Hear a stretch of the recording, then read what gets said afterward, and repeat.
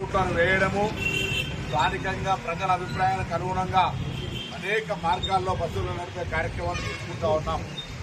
ఇప్పుడు తెలంగాణ ఆర్టీసీ బస్సుల సంఖ్య 10,000 సంఖ్య దాటి ఇంకా ముందుకు పోతున్నటువంటి ప్రగతి వైపు తీసుకొని పోతా ఉన్నాం.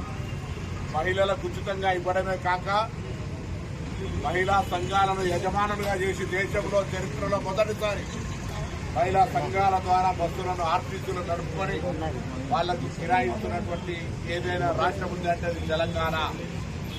భవిష్యత్తులో కూడా ఇంకా మహిళలకు సంబంధించి బస్ స్టాండ్లలో కానీ బస్ స్టేషన్లలో కానీ ఎక్కడ ఇబ్బందులు రాకుండా మౌలిక సదుపాయాలు కలిగజేసే విధంగా చర్యలు తీసుకుంటూ నష్టాల నుంచి ఆపరేషనల్ ప్రాఫిట్కు వస్తూ ఉద్యోగస్తుల పాత బకాయిలను చెల్లిస్తూ కొత్త నియామకాలు చేపడుతూ ఆర్టీసీని అన్ని రంగాల్లో అగ్రభాగాన్ని నిలబెట్టి దేశంలోనే నెంబర్ 1 ప్రజా రవాణా వ్యవస్థగా తీర్చిదిద్దే ప్రయత్నం గౌరవ ముఖ్యమంత్రి గారు, ఉప ముఖ్యమంత్రి, యావత్ కేబినెట్ మంత్రులందరూ కూడా కలిసి అన్ని రకాల అంశాలను సానుకూలంగా స్పందిస్తూ పేద ప్రజలకు, గ్రామీణ ప్రాంత ప్రజలకు గుండెకాయ లైఫ్ లైన్ అయినటువంటి ఈ ప్రయాణ సౌకర్యాన్ని కలుగజేస్తూ ఉన్నాం.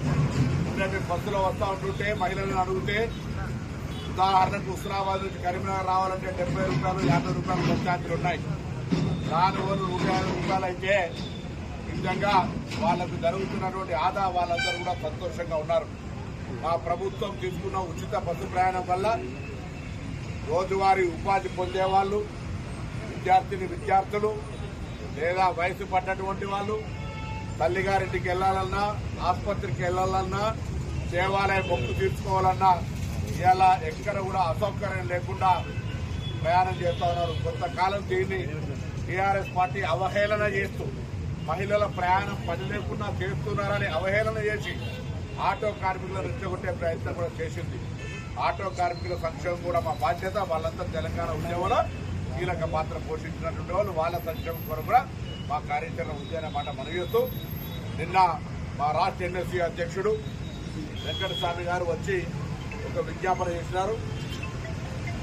రేపు 21 నాడు జరిగే నీట్ పరీక్షల్లో గత ఎగ్జామ్లో ప్రశ్నపత్రాలు లీక్ కావడం వల్ల మళ్లీ పరీక్ష జరుగుతోంది. ఈ సందర్భంగా తెలంగాణ ఆర్టీసీ తరఫున ప్రయాణం చేసే వాళ్ళందరికీ హాల్ టికెట్ చూపెడితే ఉచిత ప్రయాణం కలగజేయమని కోరినారు. తప్పకుండా మా ప్రభుత్వం గౌరవ ముఖ్యమంత్రి గారు దానికి సానుకూలంగా ఉన్నారు. అధికారులతో చర్చించి చెప్పి ఆదేశాలు ఇచ్చి అందుకు సంబంధించి సానుకూలంగా స్పందిస్తామనే మాట కూడా సందర్భంగా తెలియజేస్తూ నీట్ పరీక్ష నిర్వహించడంలో ఫెయిల్ అయిన కేంద్ర ప్రభుత్వం పడుతున్న ఇబ్బందుల, విద్యార్థుల యొక్క ఇబ్బందులను గమనించి వారికి ఉచిత ప్రయాణం ఆ పరీక్షకు రాయడానికి కలిగించేటువంటి బాధ్యతగా కూడా మా ప్రభుత్వం స్పందిస్తుంది. అంటే ఈరోజు తెలంగాణ ప్రజాపాలన ప్రభుత్వం అన్ని రకాలుగా అన్ని అంశాలను అటు విద్య, వైద్యము, ఉపాధి, సంక్షేమము, వ్యవసాయం అన్ని రంగాలను ఇంక్లూజివ్ గా గ్రోత్ తీసుకొని పోయేటువంటి ప్రయత్నం చేస్తూ ఉంది అనే మాటని సందర్భంగా మనం చెప్తాం.